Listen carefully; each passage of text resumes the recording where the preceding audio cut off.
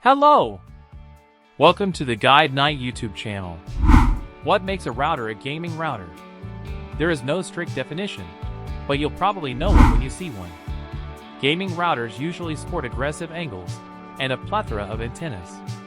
RGB lights are often in the mix as well. MSI's Radix AXE6600 is a good recent example. But aesthetics aside, what makes a router a gaming router, let alone the best gaming router? In general, with a gaming router, you can expect higher-end internal hardware than budget offerings, including extra bands to handle more devices, and often a faster CPU and more RAM to juggle a larger device load. Number 3.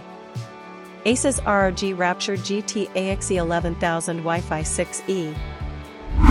Asus ROG Rapture GT-AXE11000 was the first Wi-Fi 6E router available, and it shows that coming early to a new standard is not without some issues.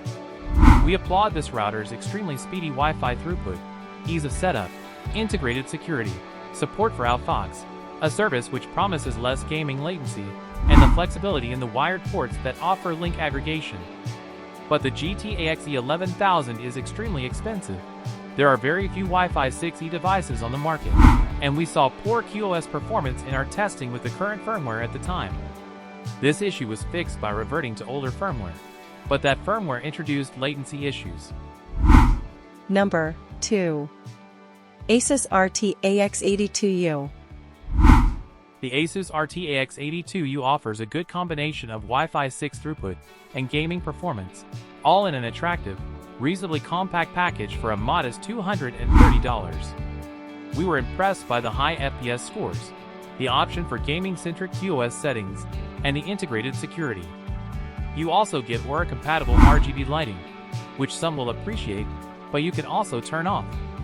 Just know that your Ethernet and USB options are limited, and there's no WT-Fast option. There's also no Wi-Fi 6E here, but we wouldn't expect it at this price, and the vast majority of devices can't take advantage of the 6 GHz band yet anyway. Number 1. Netgear Nighthawk XR1000.